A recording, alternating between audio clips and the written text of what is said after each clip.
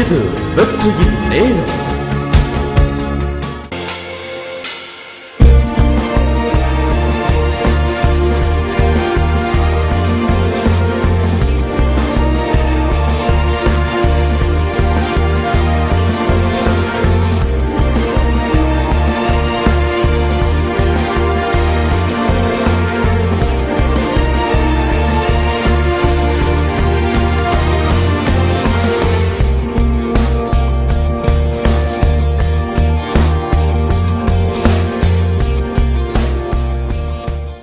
எல்லாரும் சொல்லுவோம், தேவன் அவருடைய வசனத்தை கொண்டு என்னோடு பேசுகிறார்.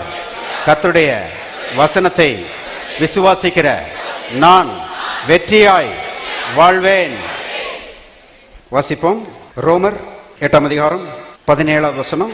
நாம் பிள்ளைகளானால் சுதந்திரரும் ஆமென், தேவனுடைய சுதந்திரரும், கிறிஸ்துவுக்கு உடன் சுதந்திரரும் ஆமென்.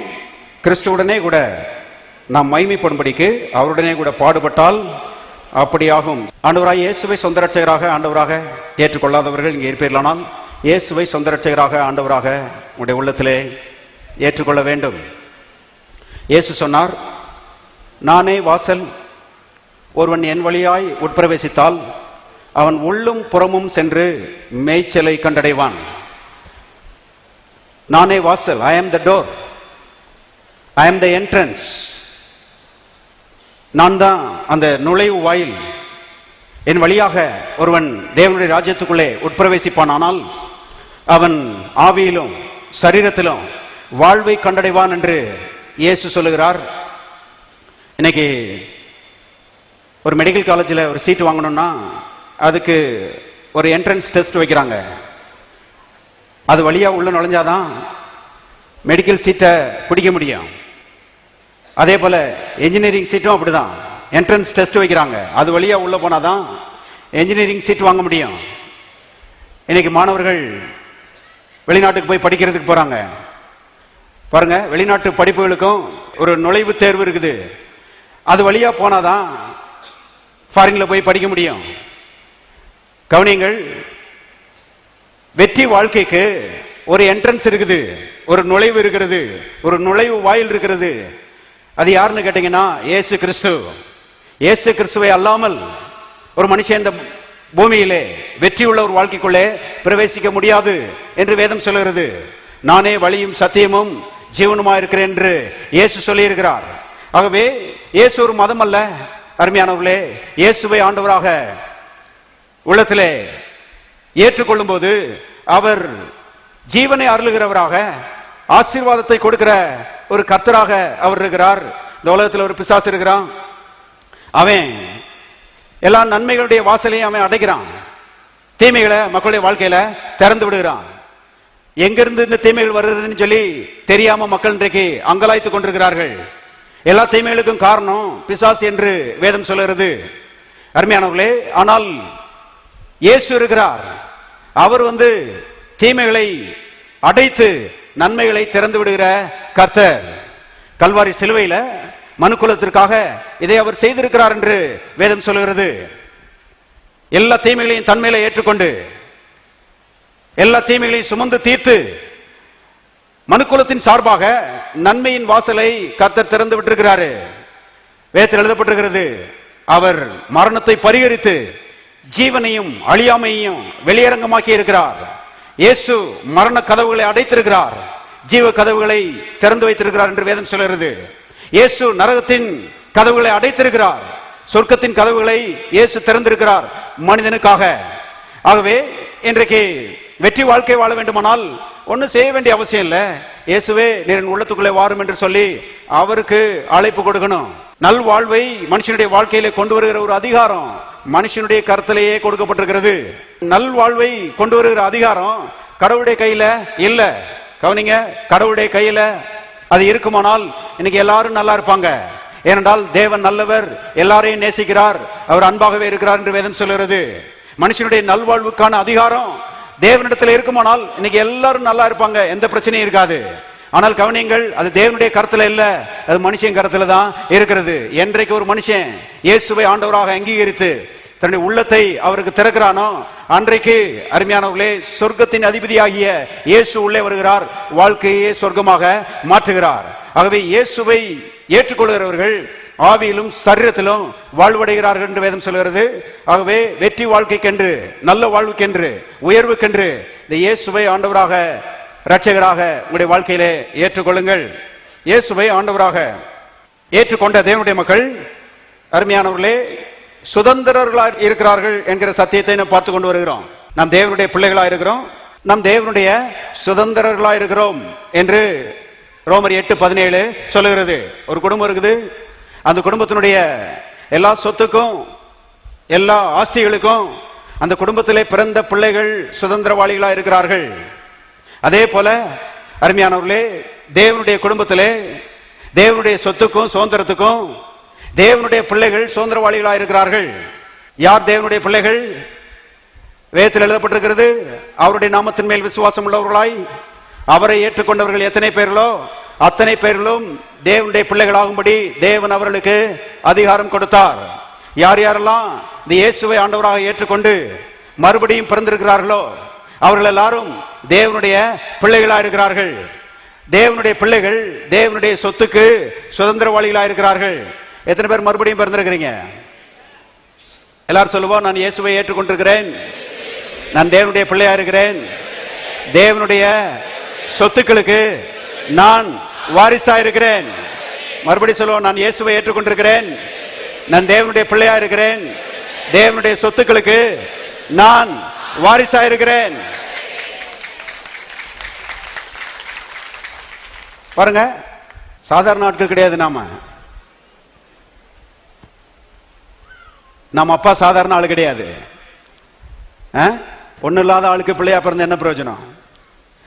ஆனா நம்ம அப்பா அருமையானவர்களே பெரிய சொத்துக்காரரு, பெரிய பணக்காரரு. அவருடைய சொத்து மதிப்பை குறித்து வேதத்திலிருந்து சில குறிப்புகளை நான் உங்களுக்கு காண்பிச்சேன். வேதத்தில் எழுதப்பட்டிருக்கிறது, கர்த்தர் வானத்துக்கும் பூமிக்கும் சொந்தக்காரர், எல்லா பொண்ணும் அவருடையது, எல்லா வெள்ளியும் அவருடையது, மலையில் மேய்கிற ஆடு மாடுகள் எல்லாம் அவருடையது, எல்லா மிருகங்களும் அவருடையது, பறவைகள் அவருடையது, மீன்கள் அவருடையது. இந்த உலகத்தில் இருக்கிற எல்லா இயற்கை வளங்கள் சொல்றாங்க, நேச்சுரல் ரிசோர்சஸ், எல்லா இயற்கை வளங்களும் அருமையானவர்களே நம்ம அப்பாவுடையது என்று வேதம் சொல்கிறது. அருமையானவர்களே அவர் சாதாரண ஆள் கிடையாது, அவர் உலகத்திலே பெரிய பணக்காரரு. எத்தனை பேர் ஆமென் சொல்றீங்க? நம்முடைய தேவன் அருமையானவர்கள் மிகப்பெரிய ஐஸ்வர்ய சம்பன்னர். அவருடைய ஐஸ்வர்யத்தை குறித்து வாசிக்கலாம். எபேசியர் 3ஆம் அதிகாரம் 8வது வசனம். எபேசியர் 3:8, பரிசுத்தவான்கள் எல்லாரிலும் சிறியவனாகிய நான் கிறிஸ்துவனுடைய அளவற்ற ஐஸ்வர்யத்தை பிரஜாதிகளிடத்தில் சுவிசேஷமாய் அறிவிக்கிறதற்காக இந்த கிருபை எனக்கு அளிக்கப்பட்டிருக்கிறது. கிறிஸ்துவனுடைய அளவற்ற ஐஸ்வர்யம். எல்லாரும் சொல்லுவோம், கிறிஸ்துவனுடைய அளவற்ற ஐஸ்வர்யம். அருமையானவர்களே, ஆம்பிளிஃபைட் பைபிள்ல விரிவாக்க மொழிபெயர்ப்பு என்கிற அந்த வேதாகமத்தில் சொல்லப்பட்டிருக்கிறது, அவருடைய ஐஸ்வர்யம் பவுண்ட்லெஸ், fathomless, incalculable, exhaustless என்று எழுதப்பட்டிருக்கிறது. அதாவது கட்டுக்கடங்காத ஐஸ்வர்யம், ஆழம் கண்டுபிடிக்க முடியாத ஐஸ்வர்யம், கணக்கிட முடியாத ஐஸ்வர்யம், செலவழித்து தீர்க்க முடியாத ஐஸ்வர்யம். இன்னைக்கு உலகத்தில் இருக்கிற எல்லா தேவனுடைய பிள்ளைகளும் ஏராளம் ஒரு இடத்துல இருந்து எடுத்துக்கொண்டாலும் அருமையானவர்களே அவருடைய ஐஸ்வர்யத்தில் கொஞ்சம் கூட குறையாது. செலவழித்து தீர்க்க முடியாத ஐஸ்வர்யத்தை உடையவர் நம்முடைய தேவன். வாசிக்கும் போதே ரொம்ப பிரமிப்பா இருக்குது எனக்கு. அதனாலதான் ஆண்டவரை ஒரு ஏழைன்னு சொல்ற ஒரு பிரசங்கத்தை நான் வெறுக்கிறேன். ஆண்டவரை ஏழை என்று காண்பிக்கிற ஒரு பிரசங்கியாரை நான் வெறுக்கிறேன். கவனிங்க அருமையானவர்களே, சத்திய வேதம் அவரை மிகப்பெரிய ஐஸ்வர்ய சம்பன்னர் என்று அறிவிக்கும் போது இன்னைக்கு அநேகர் பாருங்க இந்த கர்த்தரை ஒரு ஏழை, இயேசு ஒரு ஏழை என்று ஏழையாக காண்பிக்கிறார்கள். அப்படி காண்பிக்கிறவர்கள் அருமையானவர்களே கர்த்தரை கனஈனம் பண்ணுகிறார்கள். கவனிங்க, வேத வசனத்தை எடுத்து மக்களுக்கு விவரித்து காண்பித்து கர்த்தரை உயர்த்தி அவர் எவ்வளவு பெரிய ஐஸ்வர்ய சம்பனர் என்பதை மக்களுக்கு காண்பிக்கிறதுக்கு பதிலா பாரம்பரியமா ஏதோ கர்த்தரை பிடிச்சுக்கிட்டு, அருமையானவர்களே, கர்த்தர் ஒரு ஏழன்னு சொல்லி அவரை இன்னைக்கு அநேகர் கனஈனப்படுத்தி கொண்டிருக்கிறார்கள். அருமையான வேதத்தில் எழுதப்பட்டிருக்கிறது, என்னை கனஈனம் பண்ணுகிறவர்கள் கனஈனம் பண்ணப்படுவார்கள். கர்த்தரை ஏழை என்று சொல்லுகிற ஒரு பிரசங்கியார் வாழ்ந்ததை நான் பார்த்ததே இல்லை என்னுடைய சின்ன அனுபவத்தில்.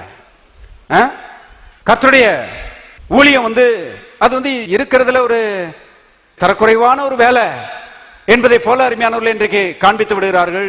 கர்த்தர் துக்கப்படுகிறார் என்பதை தெரிந்து கொள்ளுங்கள்.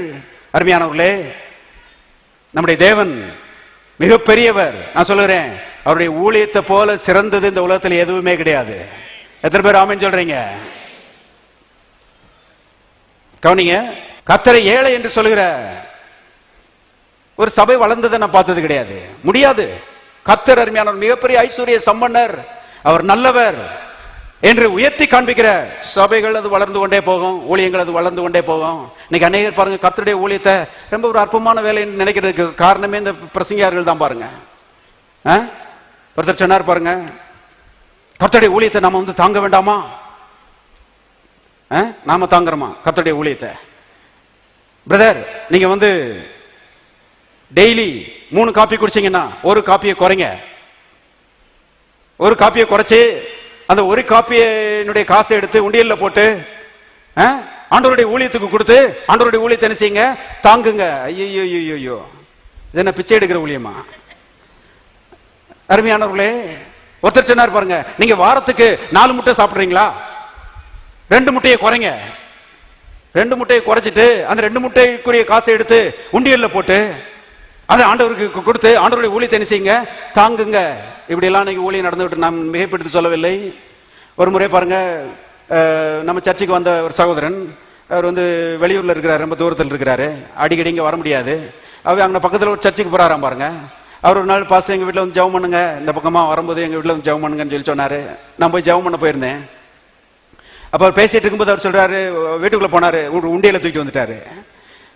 என்கிட்ட காமிச்சு சொல்றாரு, இந்த சர்ச்சுக்கு போனேன் பாத்தீங்களா பக்கத்துல, அந்த சர்ச்சில இருந்து உண்டியல் கொடுத்துருக்காங்க பாஸ்டர், முட்டையை கட் பண்ணுங்க, காப்பியை கட் பண்ணுங்க, அதுல உள்ள காசெல்லாம் உட்கார்ந்து உண்டியல்ல போட்டு ஆண்டவருடைய ஊழியத்தை கொடுத்து ஆண்டவருடைய ஊழியத்தை தாங்குங்கன்னு சொல்லி இருக்கிறாங்க பாஸ்டர். நம்ம சர்ச்சில் இப்படி கேள்விப்பட்டதே இல்லைன்னாரு அவரு.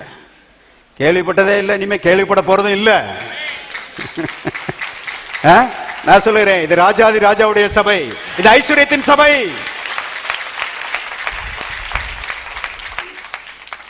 அருமையானவர்களே, அவர் சொல்றாரு அப்படி இந்த மாதிரி கொடுத்திருக்கிறாங்கன்னு.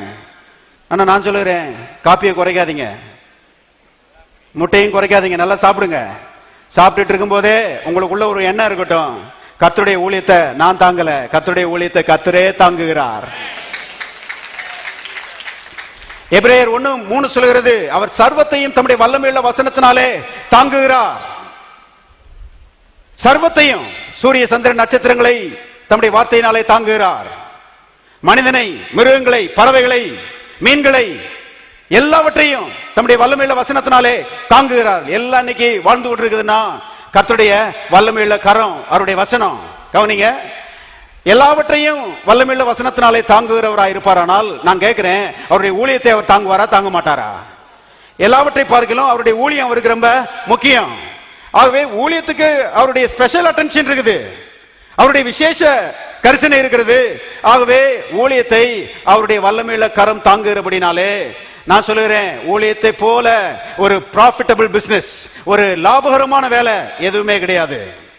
இந்த உலகத்துல பன்னாட்டு நிறுவனம் சொல்றாங்க, மல்டிநேஷனல் கம்பெனிஸ் சொல்றாங்க. எந்த கம்பெனியும் கர்த்தருடைய ஊழியத்தோட போட்டி போட முடியாது. அருமையானவர்களே, கர்த்தருடைய ஊழியத்துக்கு அழைக்கப்பட்ட ஊழியர்களை போல பாக்கியவான்கள் யாரும் கிடையாது. வாலிப தம்பி தங்கச்சிகளுக்கு நான் சொல்லுகிறேன், கர்த்தர் உங்களை ஊழியத்துக்கு அழைத்திருப்பாரானால் விசுவாசத்துல கால் எடுத்து முன்னால வச்சு வாங்க, மகத்தான எதிர்காலம் உங்களுக்கு காத்திருக்கிறது. ஏன்னா கர்த்தருடைய ஊழியத்தை போல சிறந்த ஒன்று இந்த உலகத்தில் எதுவுமே கிடையாது. வேதத்தில் எழுதப்பட்டிருக்கிறது, ஆரோனை போல அழைக்கப்பட்டால் ஒழிய இந்த கனமான ஊழியத்திற்கு ஒருவனும் தானா ஏற்படுகிறது இல்லை. இது கனமான ஒரு ஊழியம், கவனிங்க. ஆகவே நம்முடைய பாயிண்ட் என்னன்னா, நம்முடைய தேவன் பெரிய ஐஸ்வர்ய சம்பன்னர். அவருடைய ஐஸ்வர்யம் அளவற்ற ஐஸ்வர்யம். அருமையானவர்களே, அந்த ஐஸ்வர்யத்திற்கு சுதந்திரவாளிகளாய் நாம் அழைக்கப்பட்டிருக்கிறோம். அந்த ஐஸ்வர்யத்தை சுதந்திரித்து இந்த உலகத்திலே அவருடைய நாமத்தை மகிமைப்படுத்துகிறவர்களாய் நாம் வாழும்படி அழைக்கப்பட்டிருக்கிறோம். இதுதான் ஒவ்வொரு விசுவாசியை குறித்த தேவனுடைய திட்டம். ஆகவே பாருங்க, நம்முடைய தேவன் அவருடைய ஐஸ்வர்யம் அளவற்ற ஐஸ்வர்யம். நமக்கு ஒரு வாக்குத்தத்தம் கொடுக்கப்பட்டிருக்கிறது. திருப்போம் ரோமர் 4 அதிகாரம் 13வது வசனம். அன்றியும் உலகத்தை சுதந்தரிப்பான் என்கிற வாக்குத்தத்தம் ஆபிரகாமுக்காவது அவன் சந்ததிக்காவது நியாயப்பிரமாணத்தினால் கிடையாமல் விசுவாசத்தினால் வருகிற நீதியினால் கிடைத்தது. கவனிங்க, என்னத்தை சுதந்தரிப்பான்? உலகத்தை சுதந்தரிப்பான். பரலோகத்தை சுதந்தரிப்பான் போடல. இன்னைக்கு ஆவிக்குரிய மக்கள் அநேகர் பாருங்க, பரலோகத்தை சுதந்தரிக்கிறதுல ரொம்ப தீவிரமா இருக்கிறாங்க. ஆனா கர்த்தருங்க சொல்றாரு உலகத்தை சுதந்தரிப்பான். இது ஆபிரகாமுக்கு கொடுக்கப்பட்டது இந்த வாக்குத்தத்தம். ஒருத்தர் சொன்னாரு, ஆபிரகாமுக்கு இது கொடுத்தாரு ஆண்டவர், அவன் வேற ஊருக்காரன் வேற ஜாதிக்காரன், அவனுக்கு கொடுத்தாரு, உங்களுக்காக கொடுத்தாருன்னு சொல்லி கேட்டாரு. அருமையானவர்களே, அநேகர் பாருங்க வேதத்தை சரியா படிக்காம அறிவீனத்துல உழந்துட்டு கிடக்குறாங்க. ஆபிரகாமுக்கு ஏன் கொடுத்தாருன்னா, ஆபிரகாமை போல விசுவாசிக்கிற எல்லாருக்கும் இந்த வாக்குத்தத்தம் சொந்தமா இருக்கும்படி ஆபிரகாமுக்கு என்ன செஞ்சாரு? கொடுத்தாரு. கவனிங்கள், எத்தனை பேர் ஆபிரகாமை போல விசுவாசிக்கிறீங்க ஆண்டவரை? ஆபிரகாமை போல ஆண்டவரை விசுவாசிக்கிற ஒவ்வொருவருக்கும் இந்த வாக்குத்தத்தம் நிச்சயமா இருக்கிறது என்று ரோமர் 4:16 சொல்லுகிறது. ஆகவே இன்றைக்கு புதிய ஏற்பாட்டில் வாழ்கிற விசுவாசிகள் அவர்களை குறித்து தேவனுடைய எதிர்பார்ப்பு என்னன்னா, உலகத்தை சுதந்திரிக்க வேண்டும். எல்லாரும் கரங்களை வைத்து சொல்லுவோம், கர்த்தருடைய நாமத்தினாலே நான் உலகத்தை சுதந்திரிப்பேன். மறுபடியும் சொல்லுவோம், கர்த்தருடைய நாமத்தினாலே நான் உலகத்தை சுதந்திரிப்பேன். எல்லாரும் கரங்களை தட்டி சுதந்திரிப்போம்.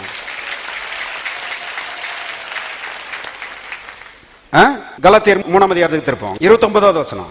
நீங்கள் கிறிஸ்துவுடையவர்கள் ஆனால் ஆபிரகாமின் சந்ததியாயும், எல்லாரும் சேர்ந்து வாசிங்க, வாக்குத்தத்தத்தின்படியே சுதந்திரராயும் இருக்கிறீர்கள். கவனிங்க, கிறிஸ்துவுடையவர்களானால் ஆபிரகாமின் சந்ததியாயும் வாக்குத்தத்தத்தின்படியே சுதந்திரராய் இருக்கிறீர்கள். என்ன வாக்குத்தத்தம்? உலகத்தை சுதந்திரிப்பான்கிற வாக்குத்தத்தங்க. உலகத்தை சுதந்திரிப்பான்கிற வாக்குத்தத்தத்துக்கு அருமையானவர்களே, கிறிஸ்துவனுடையவர்கள் சுதந்திரவாளிகளாக இருக்கிறார்கள் என்று எழுதப்பட்டிருக்கிறது. அருமையானவர்களே, ஆகவே இதெல்லாம் பார்க்கிற விசுவாசிகள் ஒரு வைராக்கியம் கொள்ளணும். பரலோகத்துக்கு போறது ரெண்டாவது, பரலோகத்தை சுதந்திரிப்பது ரெண்டாவது. முதலாவது விசுவாசத்தினால, என் தேவனுடைய கிருபையினால இந்த உலகத்தை நான் சுதந்திரிக்க போகிறேன். இந்த உலகத்திலே கர்த்தர் ஒரு வெற்றி வாழ்க்கையை வைத்திருக்கிறார். இந்த உலகத்திலே கர்த்தர் ஒரு எலிவேட்டட் லைஃப், ஒரு உயர்த்தப்பட்ட வாழ்க்கையை வைத்திருக்கிறார். இந்த உலகத்திலே ஒரு மகிமையான வாழ்க்கையை வைத்திருக்கிறார். 4 பேர் பார்த்து அருமையானவர்களே ஆச்சரியப்படுகிற ஒரு வாழ்க்கையை விசுவாசிகள் ஒவ்வொருவருக்கும் இந்த பூலோகத்திலே வைத்திருக்கிறார். அதை நான் சுதந்திரிக்க போறேன் என்கிற வைராக்கியம் தேவனுடைய பிள்ளைகளை பற்றி பிடிக்க வேண்டும் என்று கர்த்தர் விரும்புகிறார். கவனிங்க, உலகத்தை சுதந்திரிப்பான் வாக்குத்தத்தம் கிறிஸ்துவனுடையவர்களாகிய நமக்கு கொடுக்கப்பட்டிருக்கிறது என்று வேதம் சொல்லுகிறது. அருமையானவர்களே, இந்த பூமி, இந்த உலகத்தின் ஆசீர்வாதங்கள், இது எல்லாமே தேவனுடைய மக்களுக்காக சிருஷ்டிக்கப்பட்டது என்று வேதம் சொல்லுகிறது. வேதத்தை நல்லா ஆழமா படிக்கணும் பாருங்க. இது பாவிகளுக்காக சிருஷ்டிக்கப்படவில்லை. தேவனுக்கு விரோதமாய் வாழ்கிறவர்கள், துன்மார்க்கத்திலே வாழ்கிறவர்கள், அருமையானவர்களே பிசாசை மகிமைப்படுத்தும்படி வாழ்கிறவர்கள் இந்த பூலோகத்தை ஆண்டு அனுபவிக்கும்படி இந்த உலகம் உருவாக்கப்படவில்லை. கவனிங்க, ஆதாமை ஏவாளையும் ஆண்டவர் உண்டாக்குனாரு. அவங்களை எப்படி உண்டாக்குனாரு? வேதத்தில் எழுதப்பட்டிருக்கிறது, ஆதாமும் ஏவாளும் தேவனுடைய பிள்ளைகளாயிருந்தார்கள். ஆதாம் தேவனுடைய குமாரன். சிருஷ்டிக்கப்பட்ட நாளிலே ஆதாம் தேவனுடைய குமாரன். ஆதாமும் அருமையானவர்களுடைய சந்ததியும் தேவனுடைய பிள்ளைகளா இருந்து இந்த பூமியை ஆண்டு அனுபவிக்க வேண்டும் என்று அருமையானவர்கள் இந்த பூமியை, இதனுடைய நிறைவை ஆதாமுடைய கருத்துல கர்த்தர் கொடுத்தாரு. கர்த்தர் ஆதாமை பார்த்து சொன்னாரு, நீங்கள் பலுகி பெருகி பூமியை நிரப்பி அதை கீழ்ப்படுத்தி ஆண்டு கொள்ளுங்கள் என்று சொல்லி அவர்களை ஆசீர்வதித்தார். பூமியை மனுஷன் கையில கொடுத்தாராம், தேவனுடைய குமாரன் கையில கொடுத்தாராம். ஒரு வசனம் வாசிங்க, சங்கீதம் 115:16வது வசனம். வானங்கள் கர்த்தருடையவைகள், பூமியையோ யாருக்கு கொடுத்தார்? மனுபுத்திரருக்கு கொடுத்தார், ஆதாமுக்கு கொடுத்தார். கவனிங்கள், தேவனுடைய பிள்ளைக்கு கொடுத்தார். தேவனுடைய பிள்ளைகள் தான் அருமையானவர்களே இந்த பூமியை ஆண்டு அனுபவிக்க வேண்டும் என்று தேவன் பூமியை தேவனுடைய குமாரனாகிய ஆதாம் கையில கொடுத்தாரு. உங்களுக்கு தெரியும், ஆதாம் மீறுதல் பண்ணி பாவம் செய்து அருமையானவர்களே இந்த ஆசீர்வாதம் நிறைந்த இந்த பூமியை பாருங்க, பிசாசிட்ட கொண்டு போய் தார வார்த்துட்டான். இந்தப்பா நீயே வச்சுக்கோ அப்படின்னு சொல்லி பிசாசிட்ட கொடுத்துட்டான். கவனிங்கள், ஆண்டு அனுபவிக்கும்படி கர்த்தர் இவன் கையில கொடுத்தா, இவன் கொண்டு போய் பிசாசு கையில கொடுத்துட்டான். பைபிள்ல போட்டிருக்கு, அருமையானவர்களே, ஆதாம் நிமித்தமாக பிசாசுனுடைய ஆளுகைக்கு கீழாக இந்த பூமி போயிடுச்சு. பிசாசுனுடைய ஆளுகைக்கு கீழாக போனதுனால இந்த பூமிய பிசாசு சபிச்சு விட்டான். கவனிங்க, இந்த பூமி சபிக்கப்பட்டு போய்விட்டது. பொன் விளைந்த பூமி முள்ளையும் குறுக்கையும் விளைவிக்கிற பூமியாக அது மாறிவிட்டது. கவனிங்கள், இப்போ இந்த பூமி அது யோசிக்குதான், தேவன் என்னை எதுக்கு உருவாக்குனாரு? தேவனுடைய பிள்ளைகள் என்னை ஆண்டு அனுபவிக்கும்படி என்னை உருவாக்குனாரு. ஆனா இன்னைக்கு பாவத்தில் விழுந்து பாவம் செய்து வாழுகிற மக்கள் என்னை ஆண்டு அனுபவித்துக் கொண்டிருக்கிறார்கள். இந்த நிலைமை எப்ப மாறும்? எப்ப மனிதர்கள் இயேசுவை ஏற்றுக்கொண்டு தேவனுடைய பிள்ளைகளாக பிறக்க போகிறார்கள்? எப்பொழுது தேவ புத்திரர் வெளிப்பட போகிறார்கள்? எப்பொழுது அவர்கள் என்னை சுதந்தரித்து அவர்கள் எப்பொழுது என்னை ஆண்டு கொள்ள போகிறார்கள் சொல்லி அது ஏங்கி தவிச்சுக்கிட்டு இருக்குதான் பாருங்க பூமி. வாசிங்க, ரோமர் 8ஆம் அதிகாரம் 19வது வசனம். மேலும் தேவனுடைய புத்திரர் வெளிப்படுவதற்கு சிருஷ்டியானது மிகுந்த ஆவலோட காத்து கொண்டிருக்கிறது. பாருங்க, காத்து கொண்டிருக்கிறதுன்னு போடல, ஆவலோடு காத்து கொண்டிருக்கிறதுன்னு போடல, என்ன போட்டிருக்குது? மிகுந்த ஆவலோட காத்து கொண்டிருக்கிறது. எப்ப தேவ புத்திரர் வெளிப்படுவாங்க? எப்ப தேவனுடைய பிள்ளைகள் வெளிப்படுவாங்க? எப்ப அவர்கள் என்னை தங்களுக்கு சொந்தமாக்குவாங்க? எப்ப அவர்கள் என்னை ஆண்டு கொள்வார்கள் சொல்லி இந்த சிருஷ்டி, விசேஷமா அந்த பூமி அது பாருங்க மிகுந்த ஆவலோட காத்து கொண்டிருக்கிறது என்று எழுதப்பட்டிருக்கிறது. 22ஆம் வசனத்தை பாருங்க. ஆகையால் நமக்கு தெரிந்திருக்கிறபடி இதுவரைக்கும் சர்வ சிருஷ்டி ஏகமாய் தவித்து பிரசவ வேதனைப்படுகிறது. ரொம்ப வலி தாங்க முடியல. இந்த பாவி பயலை என்னை ஆண்டுகிட்டு இருக்கிறாங்க, இந்த பாவி பயலை என்னை சொந்தமாக்கிட்டு இருக்கிறாங்க. எப்ப தேவனுடைய பிள்ளைகள் வர போறாங்க? எப்ப தேவனுடைய பிள்ளைகள் என்னை சொந்தமாக்க போறாங்கன்னு சொல்லி அருமையானவர்களை வேதனைப்பட்டு இருக்குதான் பாருங்க. எங்களுக்கெல்லாம் ஒரு சந்தோஷம், பூமியை சுதந்திரிக்கிற ஒரு கூட்டத்தை நாங்க எழுப்பி விட்டுட்டு இருக்கிறோம். எத்தனை பேர் பூமியை சுதந்திரிக்க போறீங்க? நீங்க சுதந்திரிக்கும் போது அருமையானவர்களே பூமிக்கு ஒரு பெரிய திருப்தி. தேவன் என்ன நோக்கத்தோடு என்னை உருவாக்குனாரோ அந்த நோக்கம் இப்பதான் என்ன செய்து நிறைவேறி இருக்குது. தேவனுடைய பிள்ளைகள் வந்துட்டாங்க. ஆகவே இந்த பூமிக்கு ஜீவ வார்த்தை ஆலயத்தை பார்க்கும்போது ரொம்ப சந்தோஷமா இருக்குது. தேவனுடைய பிள்ளைகள் பாருங்க பெருகும் போது வேதத்தில் எழுதப்பட்டிருக்கிறது, மலைகள் குன்றுகள் எல்லாம் அவர்களுக்கு முன்பாக முழங்குகிறது, மரங்கள் கைகொட்டுகிறது என்று வேதம் சொல்லுகிறது. சத்தியத்தை பேசிட்டு இருக்கிறேன். எப்ப இந்த பூமியை தேவனுடைய மக்கள் சுதந்திரிப்பார்களோ அப்ப இந்த பூமி பாருங்க அது கொண்டாட ஆரம்பிக்கிறது. இப்போ ஆண்டவருடைய மக்கள் பாருங்க எனக்கு பூமியே வேண்டாம்னு சொல்லும் போது அதுக்கு ரொம்ப வருத்தமா போயிருது. கவனிங்க, பூமியை சுதந்திரிக்கணும், இரண்டாவது பரலோகத்தை சுதந்திரிக்கலாம், ஒன்னும் ப்ராப்ளம் கிடையாது. கவனிங்கள், தேவனுடைய மக்கள் அருமையானவர்களே பூமியை சுதந்திரிக்கும்படி கர்த்தர் அழைத்திருக்கிறார். ஆகவே நான் சொல்லுகிறேன், பெரிய இடங்களை தேவனுடைய பிள்ளைகள் தான் வாங்கணும். பெரிய தொழில்களை தேவனுடைய பிள்ளைகள் தான் நடத்தணும்.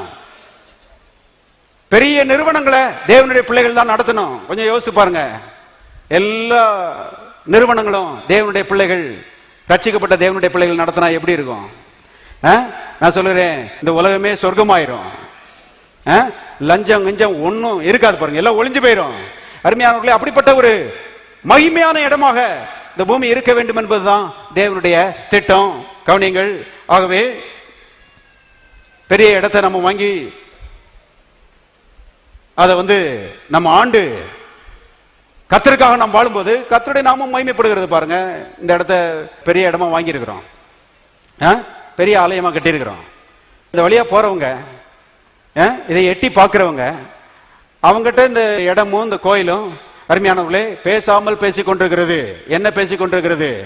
இயேசு நல்லவர், இயேசு விசாலமானவர், இயேசு ஆசீர்வாதத்தின் தேவன் சொல்லி பேசாம பேசிட்டு இருக்குது. அநேகர் மண்டை ஆட்டிக்கிட்டே போயிட்டு இருக்கிறாங்க. ஆமா ஆமான்னு சொல்லிட்டு போயிட்டு இருக்கிறாங்க. இது ஒரு சின்ன இடமா, ஒரு சின்ன ஒரு ஓலை குடிசையா இருந்துச்சுன்னா யாருமே எட்டி பார்க்க மாட்டாங்க. அருமையான கவனிங்க. ஆகவே பாருங்க, தேவனுடைய மக்கள் பெரிய இடங்களை சுதந்திரித்து வாழும்போது கர்த்தருடைய நாமம் மகிமைப்படுகிறது. சிலர் சொல்லுவாங்க, எனக்கு என்ன பெரிய இடம் தேவையா அப்படிமாங்க. ஒருவேளை உங்களுக்கு தேவையில்லாம இருக்கலாம், உங்களுக்கு ஒரு சின்ன இடம் போதுமா இருக்கலாம்.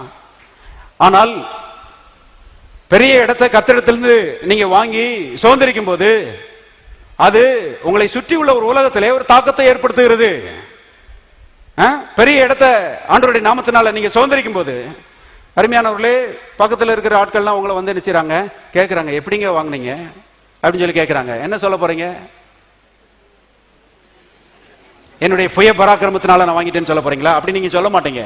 என்ன சொல்லுவீங்க? என் இயேசு எனக்கு தந்தாரு,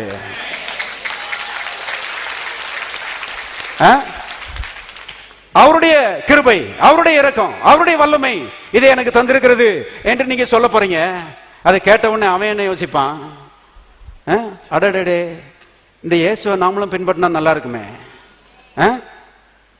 இயேசுவை பின்பற்றின இந்த ஆளை அவரை ஆசீர்வச்சிருக்காருன்னா அப்ப என்னையும் ஆசீர்வதிப்பாருன்னு சொல்லி அவன் டக்குன்னு மனம் திரும்பிடுவான். பாருங்க, பைபிள்ல போட்டிருக்கு, மனம் திரும்புறது நிமித்தம் பரலோகத்தில் மிகுந்த சந்தோஷம் உண்டாயிருக்கும்.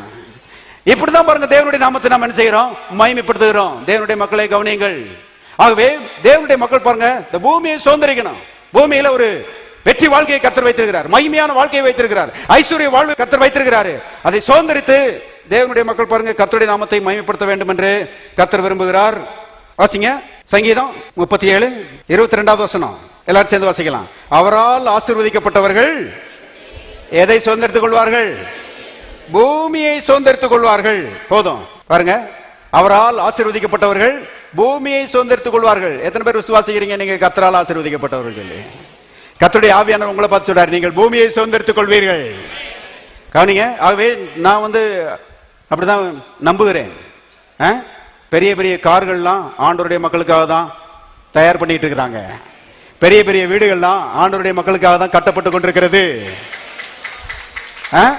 நல்ல உடை, இந்த உலகத்தினுடைய அருமையானவர்களே பெஸ்ட், உச்சிதமான எல்லா நன்மைகளும் அருமையானவர்களே கர்த்தருடைய மக்களுக்காக அது இருக்கிறது என்று வேதம் சொல்லுகிறது. கர்த்தருடைய ஆசீர்வாதம் இந்த நன்மைகள் எல்லாவற்றையும் நம்முடைய வாழ்க்கையில் என்ன செய்யும்? கொண்டு வரும். அவரால் ஆசீர்வதிக்கப்பட்டவர்கள் பரலோகத்தை சுதந்திரிப்பார்கள் போடல, அவரால் ஆசீர்வதிக்கப்பட்டவர்கள் எதை சுதந்திரிப்பார்கள்?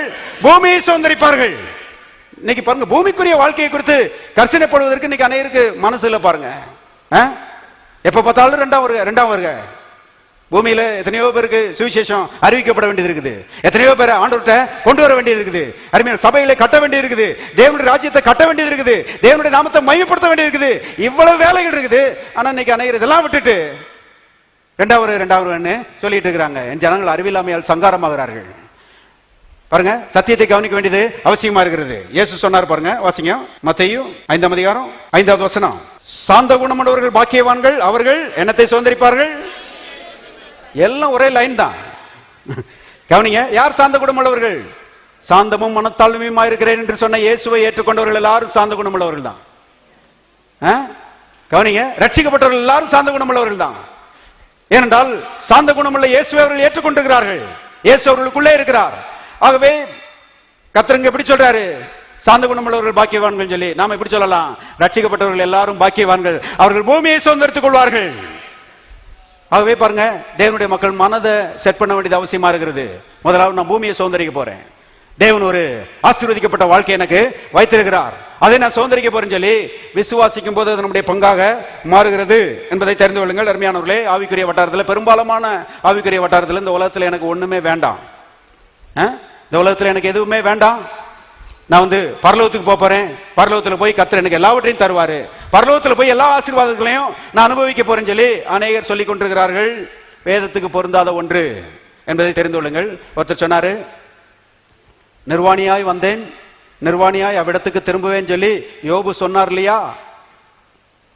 அதனாலதான் அடியேன் வெறுமையிலே வாழ்ந்து கொண்டிருக்கிறேன். கவனிங்க, நிர்வாணியா வந்தாராம், நிர்வாணியா அவ்விடத்துக்கு திரும்பினாராம். வெறுமையில பிறந்திருக்கிறாரு, வெறுமையில வாழ்ந்திருக்கிறாரு, வெறுமையில செத்திருக்கிறாரு. அப்படிதான் யோபு வந்து சொன்னாரு. அதனால நானும் வெறுமையில பிறந்து வெறுமையில வாழ்ந்து வெறுமையில சாக போறேன்னு சொல்லி இன்னைக்கு அநேகர் சொல்லிக் கொண்டிருக்கிறார்கள். அருமையானவர்களே, இதுல வேடிக்கையான ஒரு விஷயம் என்னன்னா, நிர்வாணியாய் வந்தேன், நிர்வாணியாய் அவ்விடத்துக்கு திரும்புவேன் சொன்ன யோபுவே சாகும்போது நிர்வாணியா சாகல, சாகும்போது வெறுமையில சாகல. அநேகர் வேதத்தை சரியா படிக்கல. பாருங்க, யோபுவுக்கு சில பிரச்சனைகள் வந்தது, நல்லா கவனிங்க. சில போராட்டங்கள் வந்தது, பிசாசு அவனுடைய வாழ்க்கையில சில பிரச்சனைகளை கொண்டு வந்தான். அவனுடைய வாழ்க்கையில வந்த பிரச்சனைகளுக்கு கர்த்தர் காரணர் அல்ல, கர்த்தர் நல்லவர். பிரச்சனைகள் வந்தது, அது நிமித்தமாக ஐஸ்வர்யத்தை இழந்தார். வெறுமைக்குள்ளே தள்ளப்பட்டார். கவனிங்க, வெறுமை யோபுனுடைய வாழ்க்கையில் வந்தது. வெறுமை வந்த மாத்திரத்தில் விரக்தியும் வந்துருச்சு. எப்பவுமே அப்படிதான், வெறுமை வந்துச்சுன்னா விரக்தியும் வந்துடும். விரக்தி வந்த மாத்திரத்தில் யோபு என்ன சொன்னாரு? நிர்வாணியாய் வந்தேன், நிர்வாணியாய் அவ்விடத்துக்கு திரும்புவேன்னு சொல்லி விரக்தியில பேசினாரு. அவர் விரக்தியில பேசினதை இவங்க தங்க வாக்கியமா எடுத்துக்கிட்டாங்க. கவனிங்க, ஆனா யோபு அருமையானவர்களே வெறுமையில் அவரு சாகல. யோபுவுக்கு வெறுமை வந்துச்சு உண்மைதான். ஆனால் யோபுவின் தேவன் வெறுமையானவர் அல்ல. யோபுவின் தேவன் யோபுவை கைவிடவில்லை. எத்தனை பேர் விசுவாசிக்கிறீங்க? சில பிரச்சனைகள் நம்ம வாழ்க்கையில் வந்தாலும் கர்த்தர் நம்மளை கைவிட மாட்டார். எல்லாரும் சொல்லுவோம், கர்த்தர் என்னை விட்டு விலகுவதும் இல்லை, அவர் என்னை கைவிடுவதும் இல்லை. மறுபடியும் சொல்லுவோம், கர்த்தர் என்னை விட்டு விலகுவதும் இல்லை, என்னை கைவிடுவதும் இல்லை. எல்லாரும் கரங்களை தெரிவிக்க சோதரிப்போம். நீங்க கூட சில பிரச்சனைகள் வழியாக போய்கிட்டு இருக்கலாம் வாழ்க்கையில. சாத்தான் சொல்றான், இந்த பிரச்சனை கர்த்தரிடத்துல தான் வந்திருக்குது, இந்த பிரச்சனையை கர்த்தர் தான் கொண்டு வந்திருக்கிறான்னு சொல்லி அவன் போய் சொல்றான். அருமையானவர்களே, நான் சொல்லுகிறேன், கர்த்தர் நல்லவர் என்பதை விசுவாசியுங்கள். அந்த பிரச்சனை பிசாசிடத்திலிருந்து வந்திருக்கிறது என்பதை அறிந்து கொண்டு பிசாசுக்கு எதிர்த்து நில்லுங்கள். வெயில் பட்ட பனி போல உங்களுடைய பிரச்சனைகள் மாறி போகும். யோபு வெறுமையை சந்திச்சாரு. ஆனால் தேவன் பாருங்க, யோபுவை சந்திச்சு அவனுடைய பிரச்சனைகளை தீர்த்து அவனுடைய வெறுமையை மாற்றி அவனுக்கு முன்பு இருந்ததை பார்க்கலாம் 2 மடங்கு அதிகமான ஆசீர்வாதங்களை கொடுத்து, பொன்னையும் வெள்ளியும் கொடுத்து, அருமையானவர்களே அவனை வாழ வச்சு, வேதத்தில் எழுதப்பட்டிருக்கிறது, 4 தலைமுறையாக தன்னுடைய சந்ததியை கண்டு ரொம்ப நிறைவோடு அவர் போனாரு. நிர்வாணியாய் வந்தேன், நிர்வாணியாய் போவேன்னு சொல்லி சொன்ன யோபுவே அப்படி போகல. நாம அப்படி போக வேண்டிய அவசியம் இல்லை. கவனிங்கள், ஆகவே தேவனுடைய மக்கள் பாருங்க, ஐஸ்வர்யத்தை விசுவாசிக்க வேண்டியது அவசியமா இருக்கிறது. கர்த்தர் ஒரு ஐஸ்வர்ய வாழ்வை நமக்கு வைத்திருக்கிறார். அநேகருக்கு பாத்தீங்கன்னா இந்த ஏழை லாசரு ரொம்ப பிடிக்கும். ஏழை லாசரு, அவனை பற்றி வாசிக்கலாம். லூக்கா சுவிசேஷம் 16ஆம் அதிகாரம் 19 வாசிக்கிறேன். ஐஸ்வர்யமுள்ள ஒரு மனுஷன் இருந்தான். அவன் ரத்தாம்பரமும் விலையேறப்பட்ட வஸ்திரமும் தரித்து அனுதினமும் சம்பரமாய் வாழ்ந்து கொண்டிருந்தான். லாசரு என்னும் பெயர் கொண்ட ஒரு தரித்திரனும் இருந்தான். அவன் பருக்கள் நிறைந்தவனாய் அந்த ஐஸ்வர்யவானுடைய வாசலறையை கிடந்து அவனுடைய மேஜையிலிருந்து வெளும் துணிக்கைகளினாலே தன் பசியை ஆற்ற ஆசையாய் இருந்தான். நாய்கள் வந்து அவன் பருக்களை நக்கிற்று. பின்பு அந்த தரித்திரன் மரித்து தேவ தூதரால் ஆபிரகாமின் மடியிலே கொண்டு போய் விடப்பட்டான். ஐஸ்வர்யவானும் மரித்து அடக்கம் பண்ணப்பட்டான். பாதாளத்திலே அவன் வேதனைப்படுகிற போது தன் கண்களை ஏறெடுத்து தூரத்திலே ஆபிரகாமையும் அவன் மடியிலே லாசருவையும் கண்டான். பாருங்க, இந்த சம்பவம் உங்களுக்கு தெரிந்திருக்கும். இந்த சம்பவத்தை வச்சு என்ன சொல்லிட்டாங்க? லாசரு ஒரு ஏழை. அவன் ஏழையா இருந்ததுனால அவன் பரலோகத்துக்கு போனான். ஐஸ்வர்யவான் அவன் பணக்காரன் இருந்ததுனால அவன் நரகத்துக்கு போனான். குருட்டுத்தனமா பாருங்க சொல்லி விட்டாங்க. இதை நம்பி இன்னைக்கு அநேகர் பாருங்க, ஆண்டவரே என்னை ஏழையாக்கும் ஏழையாக்கும் ஜெபம் பண்ணிட்டு இருக்கிறாங்க. கவனிங்கள், தரித்திரியம் ஒரு மனுஷனை பரலோகத்துக்கு கொண்டு போகுமானால், நான் சொல்லுறேன் நல்லா கவனிங்க, தரித்திரியம் ஒரு மனுஷனை பரலோகத்துக்கு கொண்டு போகுமானால் இயேசு இந்த உலகத்திலே வந்து சிலுவையிலே மரித்து ரத்தம் சிந்த வேண்டிய அவசியம் கிடையாது. அப்படி விட்டுட்டா போதும், முக்காவாசி வந்து சேர்ந்துரும் பரலோகத்துக்கு. ஏன்னா முக்காவாசி தரித்திரத்துல தான் கிடைக்குது. ஏழ்மைத்தனம் மனுஷனை பரலோகத்துக்கு கொண்டு வருமானால் கடவுள் ஒண்ணுமே செய்ய வேண்டியதில்லை, சும்மா விட்டுட்டா போதும், அப்படியே எல்லாரும் வந்து சேர்ந்துருவாங்க. கவனிங்க, தரித்திரியம் யாரையும் அருமையானவர்களை பரலோகத்துக்கு கொண்டு போகாது. பரலோகத்துக்கு மனிதர்களை கொண்டு போகிறவர் ஒரே ஒருவர், அவருடைய பெயர் இயேசு. இயேசு தான் பாருங்க கொண்டு போகிறார். ஆகவே ஒரு மனுஷன் இயேசுவை விசுவாசிப்பானால் அவன் பரலோகத்துக்கு போறான். ஒரு மனுஷன் இயேசுவை நிராகரிப்பானால் அவன் நரகத்துக்கு போகிறான். கவனிங்க, இந்த லாசரு நான் நினைக்கிறேன் மோசே ஊழியம் செய்து கொண்டிருந்த நாளிலே நடந்த சம்பவம் நினைக்கிறேன். ஏன்னா கீழே நீங்க படிச்சு பாத்தீங்கன்னா அந்த ஐஸ்வர்யவான்ட்ட ஆபிரகாம் சொல்றாரு, பூலோகத்துல மோசையும் தீர்க்கதரிசிகளும் இருக்கிறார்கள், அங்க உங்க வீட்டார போ சொல்லு, அங்க ஊழியம் நடந்து கொண்டிருக்கிறது, அங்க போய் கேட்க சொல்லுன்னு சொல்லி ஆபிரகாம் சொல்றாரு. ஆகவே அந்த நாட்கள்ல ஆட்டுக்குட்டி இந்த ரத்தத்தினாலே மக்கள் தேவனை என்ன செய்தார்கள்? விசுவாசித்தார்கள். நான் நினைக்கிறேன் இந்த லாசரு இருக்கிறானே, இவன் வந்து ஆட்டுக்குட்டியின் ரத்தத்தை விசுவாசித்த ஒரு மனுஷன். ஆட்டுக்குட்டியின் ரத்தத்தை விசுவாசிச்சிருக்கிறான். ஆகவே அவன் மரித்த போது தேவ தூதர்கள் அவனை தூக்கிட்டு போய் ஆபிரகாம் மடியில கொண்டு விட்டாங்க, பரலோகத்துல கொண்டு விட்டாங்க. கவனிங்க, இந்த ஐஸ்வர்யவான் இருக்கிறானே, இவன் வந்து கர்த்தரை நம்பவே இல்லை, ஆட்டுக்குட்டியின் ரத்தத்தின் மேல விசுவாசம் வைக்கவே இல்லை. ஆகவே செத்து என்ன செஞ்சான்? பாதாளத்துக்கு போனான். கர்த்தரை விசுவாசிக்கிறதோ நிராகரிக்கிறதோ தான் ஒரு மனுஷனுடைய நித்தியத்தை நிர்மாணிக்கிறது. இப்ப கவனிங்க, இந்த லாசரு இருக்கிறானே, இவன் ஆட்டுக்குட்டியின் ரத்தத்தின் மேல் விசுவாசம் வைத்து பரலோகத்துக்கு போய் சேர்ந்தானே, அது பாராட்டப்படத்தக்க விஷயம், அது ஒரு நல்ல காரியம். ஆனால் இந்த லாசரு இந்த பூலோகத்திலே வாழ்ந்த விதம் சரியில்லை. அது வேதத்துக்கு ஒத்து வராத ஒரு வாழ்க்கை. கவனிங்கள், எப்படி வாழ்ந்தானா பாருங்க, 21வது வசனம். ஐஸ்வர்யவானுடைய மேஜையிலிருந்து விழும் துணிக்கைகளினாலே தன் பசியை ஆற்ற எப்படி இருந்தான்? இப்படி ஒரு ஆசையா? ஒரு ஐஸ்வர்யவானுடைய மேஜையிலிருந்து அவன் சாப்பிடுற துணிக்கைகள் கீழே விழுகுது, அதை எடுத்து நான் சாப்பிட்டு நான் வந்து வயிறு பழச்சிக்கிறேன் அப்படின்னு சொல்லி அதன் மேல பாருங்க ஆசை என்ன செஞ்சிருந்தான்? பதிச்சிருந்தான். கவனிங்கள், எப்படிப்பட்ட ஒரு ஆளு பாருங்க. லாசரு ஒரு நல்ல மனுஷன், ஒரு விசுவாசி. ஆனால் கவனிங்க, என்னுடைய தேவன் ஒரு ஐஸ்வர்ய சம்பன்னர், அவர் என்னை வாழ வைக்கிற தேவன், அவர் என்னை உயர்த்துகிற தேவன் என்கிற அறிவு லாசருக்கு இல்ல, விசுவாசம் லாசருக்கு இல்ல. ஆகவே பாருங்க, ஒரு ஐஸ்வர்யவானுடைய மேஜையிலிருந்து விழுகிற துணிக்கைய சாப்பிட்டு நான் வயிறு பழிச்சுக்கிறேன், அதை வச்சு என் காலத்தை கடத்திக்கிறேன்னு சொல்லி அது மேலேயே ஆசை இருந்துருந்தான், பதிச்சிருந்தான். ஆனால் வேதம் அப்படியா போதிக்குது? திருப்பம் சங்கீதம் 23ஆம் அதிகாரம் 5வது வசனம். என் சத்துருக்களுக்கு முன்பாக நீர் எனக்கு ஒரு பந்தியை ஆயத்தப்படுத்தி என் தலையை எண்ணெயால் அபிஷேகம் பண்ணுகிறீர், என் பாத்திரம் என்ன செய்கிறது? நிரம்பி வழிகிறது. நல்லா கவனிங்க, இங்க கர்த்தரை விசுவாசிக்கிற தாவீது சொல்லுகிறான், கர்த்தர் எனக்கு வந்து ஒரு பந்தியை ஆயத்தப்படுத்தி இருக்கிறாரு. பந்தியை ஆயத்தப்படுத்தி என்னைய டேபிள்ல உட்கார வச்சு பந்தியை என்ன செய்யறாரு? சாப்பிட வைக்கிறாரு. ஏனென்றால் என் தேவன் ஐஸ்வர்யத்தின் தேவன். சுற்றிலும் சத்துருக்கள் இருக்கிறாங்க, தரித்திரம் இருக்குது, இல்லாம இருக்கிறது, பற்றாக்குறை இருக்கிறது, கடன் பிரச்சனைகள் இருக்கிறது. ஆனால் இவைகள் எல்லாவற்றின் மத்தியிலும் நான் உட்கார்ந்து நல்லா சாப்பிட்டுட்டு தான் இருக்கிறேன். என்னுடைய வாழ்க்கை நல்லா செழிப்பா தான் இருக்குது, என்னுடைய வாழ்க்கை நல்லா ஐஸ்வர்யத்தினால் நிரம்பி வழிந்து கொண்டுதான் இருக்கிறது. ஏனென்றால் இந்த உலகத்தில் இருக்கிற எல்லா தரித்திரத்தை பார்க்கலும், பற்றாக்குறை பார்க்கலும், கடன் பிரச்சனையை பார்க்கலும் என் தேவன் பெரியவர்,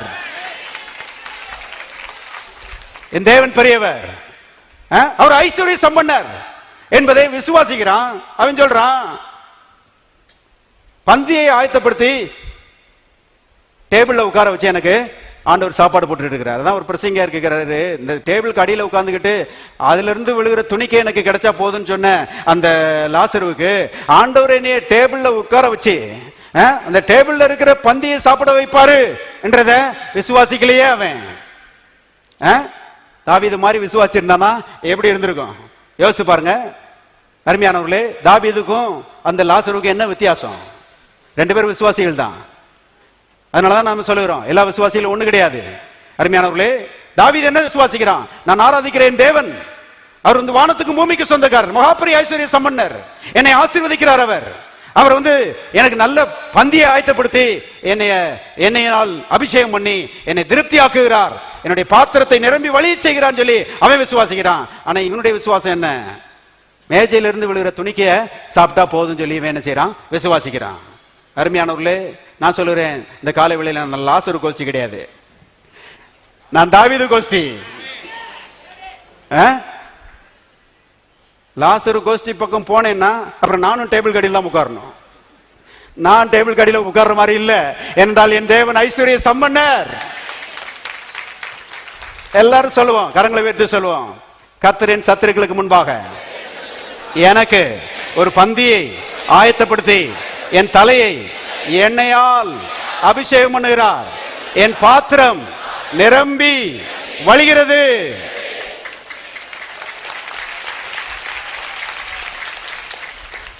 கவனிங்க, அது மட்டுமல்ல, இந்த லாசரு மரிச்சானா, மரிச்ச உடனே தேவ தூதர்கள் அவனை தூக்கிட்டு போய் ஆபிரகாமின் மடியில கொண்டு விட்டாங்களாம். போய் ஆபிரகாம் போய் சேர்ந்திருக்கான் பாருங்க. கவனிங்க, இவன் வந்த உடனே நான் நினைக்கிறேன், நான் கற்பனை பண்ணி பார்க்கிறேன், ஆபிரகாம் இப்படி ஏற இறங்க பார்த்திருப்பாரு அவனை. இங்க வாங்க பிரதர், இங்க உட்காருங்க பிரதர் சொல்லி ஆபிரகாம் ஒரு செழிப்பின் பாடத்தை நடத்தியிருப்பாரு. அன்னைக்கு நானும் உன்னை மாதிரி தான் பூமியில ஒரு தரித்திரனா இருந்தேன். ஆனா தேவனை நான் சந்திச்சேன். கர்த்தர் என்னை தேடி வந்தார், அவரை நான் சந்திச்சேன், வாக்குத்தத்தங்களை கொடுத்தாரு, அதை நான் விசுவாசிச்சேன். கர்த்தர் என்னை ஆசீர்வதிச்சாரு, பொண்ணை கொடுத்தாரு, வெள்ளியை கொடுத்தாரு, ஆட்டை கொடுத்தாரு, மாட்டை கொடுத்தாரு, ஒட்டகங்களை கொடுத்தாரு, கழுதையை கொடுத்தாரு, வேலைக்காரரை கொடுத்தாரு, வேலைக்காரிகளை கொடுத்தாரு, எல்லா ஆசீர்வாதங்களையும் கொடுத்து அன்னைக்கு இருந்த உலகத்துல என்னை ஒரு பெரிய பணக்காரனா மாத்தினாரு. நான் வாழ்ந்த அந்த உலகத்துல என் தேவனுக்காக ஒரு தாக்கத்தை ஏற்படுத்திட்டு நான் வந்து பரலோகத்துக்கு வந்திருக்கிறேன். நீ எங்க இருந்து வர்ற? இதை பிறக்கி சாப்பிட்டு வந்தியாமே. தேவன் ஒரு ஐஸ்வர்ய சம்பந்தர் சொல்லி விசுவாசிக்க தெரியாதா உனக்கு? அன்னைக்கு ஒரு பெரிய ஐஸ்வர்யத்தின் பாடமே நடத்தியிருப்பாரு ஆபிரகாம். அன்னைக்கு தான் பாருங்க இந்த லாசரு மண்டையை சொரிஞ்சிருப்பாரு. விட்டுட்டோமே, பூலோகத்துல ஐஸ்வர்யத்தின் தேவனை விசுவாசிக்காம விட்டுட்டோமே சொல்லி அன்னைக்கு கொஞ்சம் வருத்தப்பட்டிருப்பாரு. அநேக தேவனுடைய மக்கள் பரலோகத்துக்கு போனவொடனே அங்க அழுதுட்டு நிற்பாங்க. ஐயோ ஆண்டவரே, இவ்வளவு பெரிய ஐஸ்வர்ய சம்பந்தராரு, நான் விட்டுட்டேனே ஆண்டவரேன்னு சொல்லி அழுதுட்டு நிற்பாங்க. நான் நினைக்கிறேன் கர்த்தர் ஒரு பெரிய கர்ச்சீஃபை வச்சு கத்தத்தாமே கண்ணீர் யாவையும் துடைப்பாருன்னு சொல்லி தொடச்சு, சரி பழையவைகள் ஒளிந்து போயின, எல்லாம் புதிதாயின, இனிமேலாவது ஐஸ்வர்யத்தில் நடக்கிறதுக்கு மனசை செட் பண்ணிக்கன்னு சொல்லி அருமையானவர்களே கர்த்தர் ஒரு ஆறுதல் சொல்லுவார் நினைக்கிறேன். கவனிங்க, எல்லாரும் கரங்களை உயர்த்தி சொல்லுவோம், நான் ஆராதிக்கிறேன் என் தேவன் மிகப்பெரிய ஐஸ்வர்ய சம்பன்னர், அவர் தம்முடைய மகிமையின் ஐஸ்வர்யத்திலிருந்து என்னுடைய தேவைகள் எல்லாவற்றையும் சந்திக்கிறார். எல்லாரும் கரங்களை தட்டி கர்த்தரை சோதரிப்போம்.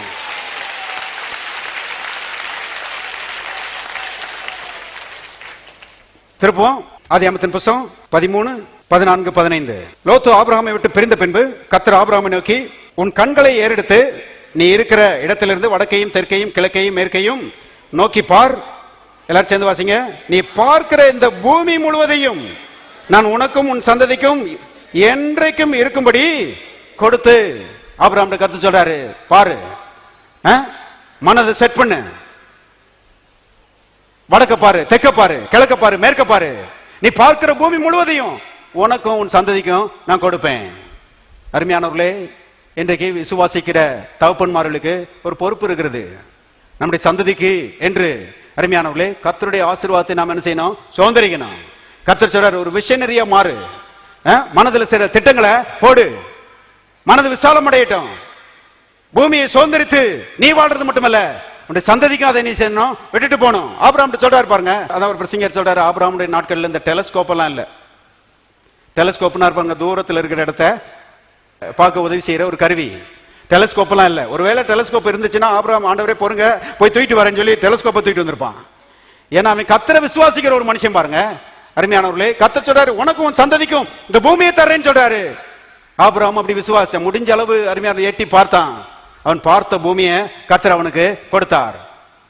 கர்த்தர் சொல்றாரு, அப்படிப்பட்ட தேவனுடைய ஐஸ்வர்யத்தை பார்க்கக்கூடிய கண்கள் உனக்கு இருக்கட்டும். அருமையானவர்களே, பொருளாசையை பற்றி நம்ம பேசல, நல்லா கவனிங்க. பண ஆசையை பற்றி நம்ம பேசல, கர்த்தர் நமக்கு கொடுக்கிற ஐஸ்வர்யத்தை குறித்து வசனத்திலிருந்து பார்த்து கொண்டு வருகிறோம். கர்த்தர் தான் சொல்றாரு, பூமியை உனக்கு கொடுக்கிறேன்னு சொல்றாரு. கொடுத்தீர்னா ஆண்டவரே உமக்கு நன்றி, நன்றியோட என்ன செய்ய போறேன்? வாங்க போறேன். எத்தனை பேர் நன்றியோட வாங்க போறீங்க? கர்த்தர் சொல்றாரு, வந்துட்டு இருக்குது.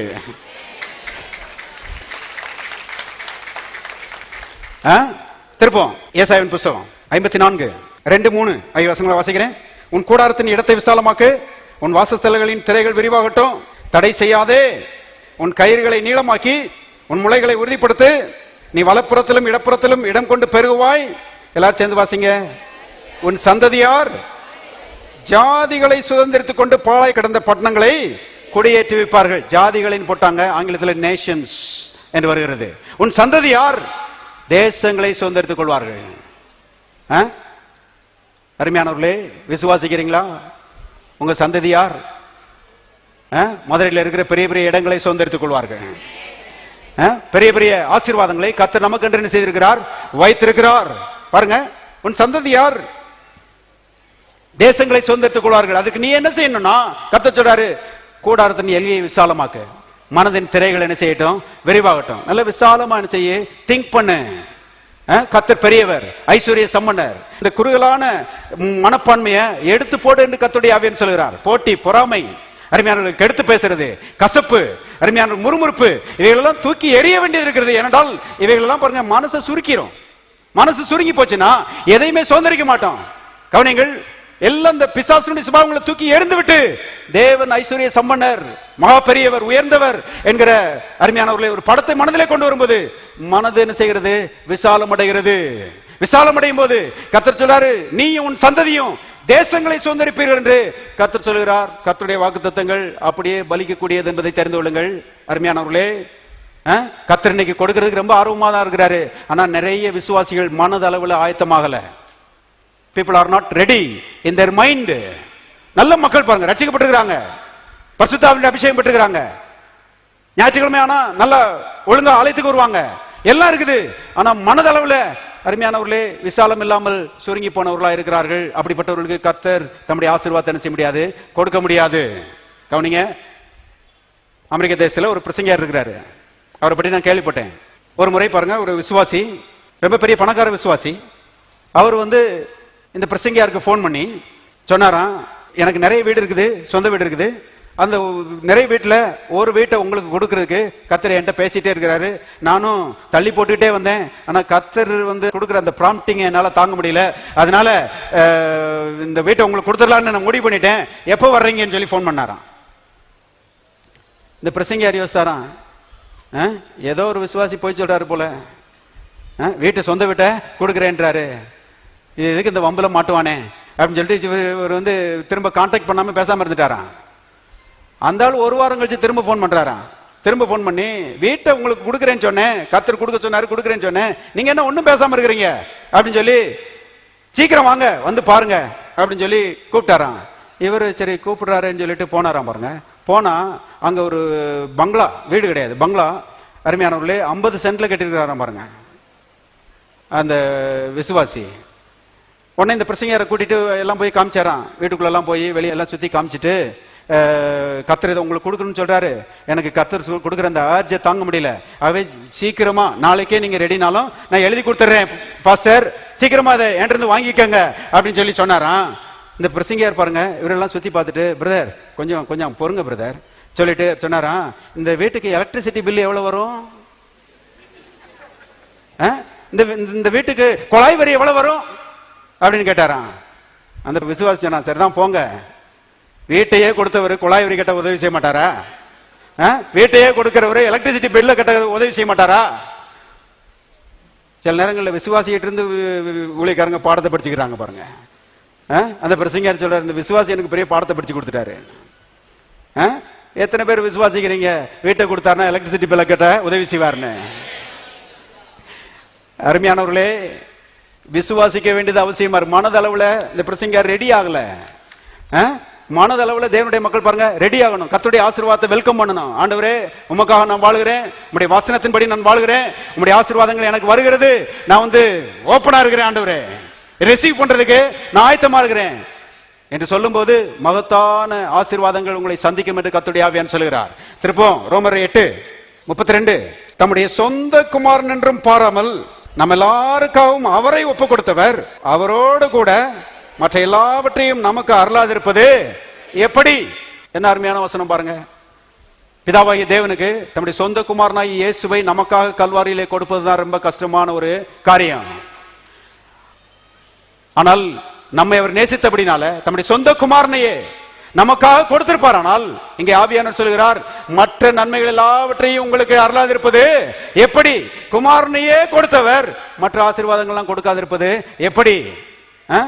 அந்த விசுவாசி சொன்னார் இல்லையா, வீட்டையே ஆண்டவர் உங்களுக்கு கொடுத்தாருன்னா எலக்ட்ரிசிட்டி பில்ல கட்டுறதுக்கு உங்களுக்கு உதவி செய்ய மாட்டாரா? தேவனுடைய மக்களே, விசுவாசிக்க வேண்டியது அவசியமா இருக்கிறது. அன்னைக்கு ஒரு தம்பி வந்தாரு. வந்த உடனே, பாஸ்டர் வீடு கட்டியிருக்கிறேன், ஜெபம் பண்ணணும் வாங்க அப்படின்னு சொல்லி கூப்பிட்டாரு. நான் போயிருந்தேன். சொன்னாரு, எனக்கு அப்பா இல்ல, நானா படிச்சு ஒரு சின்ன வேலை பார்க்குறேன், என்னுடைய வருமானம் சொற்பம் தான், ஆனால் எனக்கு ஒரு லேண்ட் இருந்துச்சு. நான் ஆண்டவர்கிட்ட கேட்டேன், ஆண்டவரே லேண்ட் இருக்குது ஆண்டவரே, நான் வீடு கட்டலாமா அப்படின்னு சொல்லி கேட்டேன். கர்த்தர் என்கிட்ட சொன்னாரு, லேண்டையே நான் உனக்கு கொடுத்துருப்பேன்னா உனக்கு வீடு கட்ட நான் செய்வேன், உதவி செய்வேன் சொன்னாராம் பாருங்க. ஆகவே அவர் ஆரம்பிச்சாராம் விசுவாசத்துல. அவர் சொல்றாரு, பாஸ்டர் ஆச்சரியமான அனுகூலங்கள் வர ஆரம்பிச்சிச்சு, கட்டி கட்டி கட்டி கடைசியில கீழ்த்தளத்தையும் கட்டி மாடியும் கட்டி விட்டேன் பாஸ்டர். நான் சொல்லுறேன், விசுவாசிக்கிற மக்களுக்கு இப்படிப்பட்ட அனுகூலங்கள் காத்திருக்கிறது. விசுவாசத்துல அருமையான தேவனுடைய மக்கள் கால் எடுத்து வைக்கணும் பாருங்க. சிலர் பாருங்க பாத்தீங்கன்னா கார் வாங்குறதுக்கே பயம், ஏன்னா பெட்ரோல் ஊத்த முடியாது, பெட்ரோல் விலையெல்லாம் ஏறிட்டே போயிடுச்சு, எப்படி கார் வாங்குறது? சிலர் பாருங்க வாங்கின காரையும் ஓரம் கட்டிட்டாங்க. தேவனுடைய மக்களே, நாம பாருங்க காட்ஸ் எக்கானமில வாழ்ந்துட்டு இருக்கிறோம், கர்த்தருடைய ஐஸ்வரியத்துல வாழ்ந்துட்டு இருக்கிறோம். கார் வாங்கணும்னா நான் சொல்லுறேன், இந்த காரினுடைய பெட்ரோல் டேங்கை கர்த்தர் ஃபுல் பண்ணுவதற்கு என்ன செய்வார்? உதவி செய்வார். சில நேரங்களில் ரோட்ல போயிட்டு இருக்கும்போது பாத்தீங்கன்னா இந்த டூ வீலர் ஆட்கள் பாருங்க தலையில டூ வீலரை போட்டு சாச்சிட்டு கிடப்பாங்க. நான் யோசிப்பேன், அடிக்கடி இதை பார்த்த உடனே நான் யோசிப்பேன், எதுக்கு இந்த டூ வீலரை போட்டு தலையில சாச்சிட்டு இருக்கிறாங்கன்னு சொல்லி. அது பெட்ரோலே இல்லாம போச்சு. கடைசியில் பாத்தீங்கன்னா அந்த கார்பரேட்டருக்குள்ள அந்த பெட்ரோல் வரணுன்றதுக்காக வேண்டி இந்த டேங்க்ல ஒரு மூலையில கிடக்கிற பெட்ரோல் அங்க உள்ள வரணுன்றதுக்காக வேண்டி அதை தலையில சாச்சி போட்டு அங்க நின்றுட்டே இருப்பாங்க பாருங்க. அப்புறம் எடுத்துட்டு பெட்ரோல் பங்கு போவாங்க. பெட்ரோல் பங்கு போன உடனே அங்க சொல்லுவாங்க, அண்ணே 1 லிட்டருக்கு மேல போகாதீங்க, அதுக்கு மேல என்கிட்ட காசு இல்ல. இப்படிதான் பாருங்க இன்னைக்கு தரித்திரத்திலே மக்கள் வாழ்ந்து கொண்டிருக்கிறார்கள். நான் சொல்லுகிறேன், விசுவாசிக்கிற உங்களுடைய வாழ்க்கையும் கூட இந்த நாளிலே அப்படிப்பட்ட ஒரு தரித்திரமான நிலைமையா இருக்கலாம். 1 லிட்டருக்கு மேல என்னால் போட முடியாதுன்ற ஒரு நிலைமை இருக்கலாம். அருமையானவர்களே, நான் சொல்லுறேன், நீங்க போய் அந்த பெட்ரோல் பங்க்ல போய் 1 லிட்டர் போடுங்கன்னு சொல்லிட்டு இருக்கும் போதே உங்க மனசுல ஒரு எண்ணம் ஓடணும், என் தேவன் சீக்கிரமாய் இந்த பெட்ரோல் டேங்கையே நிறைப்பதற்கு எனக்கு உதவி செய்வார். என் தேவன் ஐஸ்வரியத்தின் தேவன். இன்னைக்கு நான் கொஞ்சம் ஏழ்மையில வாழ்ந்துட்டு இருக்கிறேன், ஆனால் என் தேவன் ஆசீர்வாதத்தை என்னை நிரப்புவார், என் பாத்திரம் நிரம்பி வழியும். எத்தனை பேர் விசுவாசிக்கிறீங்க? எல்லாரும் சொல்லுவோம், கர்த்தர் என்னை ஆசீர்வதிக்கிறார், என் பாத்திரம் நிரம்பி வழிகிறது. மறுபடியும் சொல்லுங்க, கர்த்தர் என்னை ஆசீர்வதிக்கிறார், என் பாத்திரம் நிரம்பி வழிகிறது. எல்லாரும் கரங்களை தெரிய சோதரிப்போம்.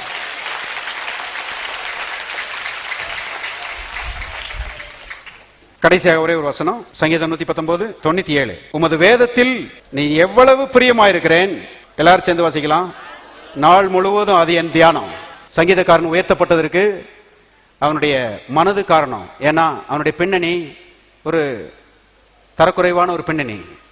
ஆட்டு மேய்ப்பர்கள், காட்டில் கிடக்கிறவங்க, படிக்காதவங்க, அருமையான தரக்குறைவா நினைச்சு தரக்குறைவா பேசி தரக்குறைவா வாழ்ந்த ஒரு சமுதாயத்தில் இருந்தவன் கர்த்தரை சந்திச்சான். அருமையான கர்த்தருடைய வார்த்தைகளை மனசுல வச்சான் பாருங்க. தேவனுடைய மக்களே, மனசை விசாலமாக்குறதுக்கு என்ன செய்யணும்? வேற ஒன்றும் செய்யறதில்ல, கர்த்தருடைய வசனத்துல தியானமா இருங்க. கர்த்தருடைய வசனம் மனசுல ஊடுருவட்டும். மனசுல கர்த்தருடைய வசனங்கள் போக போக அருமையானவர்களே மனது விசாலம் அடைகிறது. தாவீது பாருங்க அப்படி மோசமான பின்னணியில இருந்தான், நாள் முழுவதும் கர்த்தருடைய வசனத்தை தியானிச்சான், கர்த்தருடைய வசனங்களை விடாம பற்றி கொண்டான். அருமையானவர்களே, அவருடைய மனது விசாலம் அடைந்தது. கடைசியில் பாத்தீங்கன்னா அவனுடைய வாழ்க்கை ஆட்டு மேய்ப்பன்கிற ஸ்தானத்திலிருந்து ராஜா என்கிற ஸ்தானத்துக்கு உயர்ந்து விட்டது. ஒண்ணு இல்லாத ஒரு மனுஷன் பூமியை சுதந்திரிக்கிறவனாக மாறிவிட்டான். கர்த்தர் சொல்லாரு, அப்படிப்பட்ட ரீதியில கர்த்தருடைய வசனத்தை எடுத்து மனசுல வச்சு மனதை விசாலமாக்குகிற ஒரு வேலை நீ செய்வாயானா, இந்த பூமியை சுதந்திரிப்பு கர்த்தர் உனக்கு உதவி செய்வார். அநேகருக்கு ஆசீர்வாதமா இருக்க கர்த்தர் உனக்கு உதவி செய்வார். ஜீவ வார்த்தை ஆலயத்தில் ஒவ்வொரு ஞாயிற்றுக்கிழமையும் ஏராளமானோர் கூடி தேவனை ஆராதிக்கிறார்கள். தேவனுடைய வார்த்தையின் மகத்துவத்தை வேதாகமத்திலிருந்து மிக தெளிவாகவும் எளிமையாகவும் இங்கு போதிக்கிறோம். உங்கள் வாழ்க்கையும் வளம் பெற இந்த சத்தியங்களை கேட்டு பயனடையுங்கள். உங்களையும் எங்கள் ஆலயத்திற்கு அன்புடன் அழைக்கிறோம். எங்கள் முகவரி ஜீவ வார்த்தை ஆலயம், Madakkulam road, Palanganatham bus stand வழி, மதுரை, தென்னிந்தியா. தேவன் தாமே உங்களை ஆசீர்வதிப்பாராக.